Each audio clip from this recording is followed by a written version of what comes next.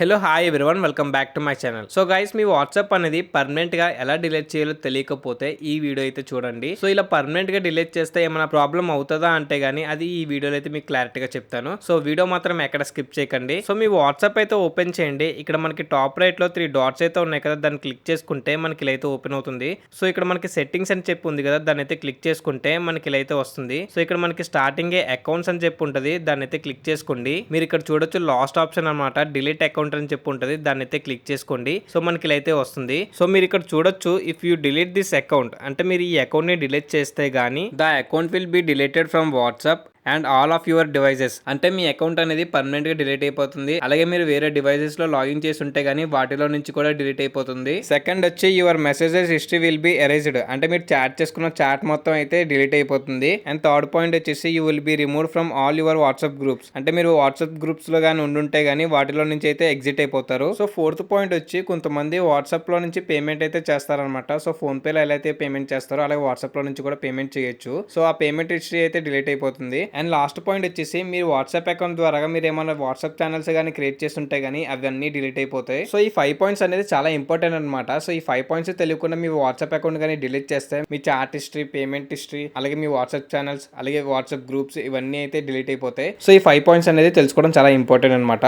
So ఇప్పుడు మన WhatsApp account అనేది పర్మనెంట్ గా అయితే ఇలా డిలీట్ చేసుకోవాలి. సో ఇక్కడ మీ మొబైల్ నెంబర్ అయితే ఉంది కదా, ఏదైతే ఇప్పుడు ఈ వాట్సాప్ అకౌంట్ లింక్ ఉందో ఆ మొబైల్ నెంబర్ అయితే ఇక్కడ ఎంటర్ చేయండి. సో ఎంటర్ చేసి కిందకైతే స్క్రోల్ చేయండి. ఇక్కడ డిలీట్ అకౌంట్ ఉంది కదా, దాన్ని అయితే క్లిక్ చేయండి.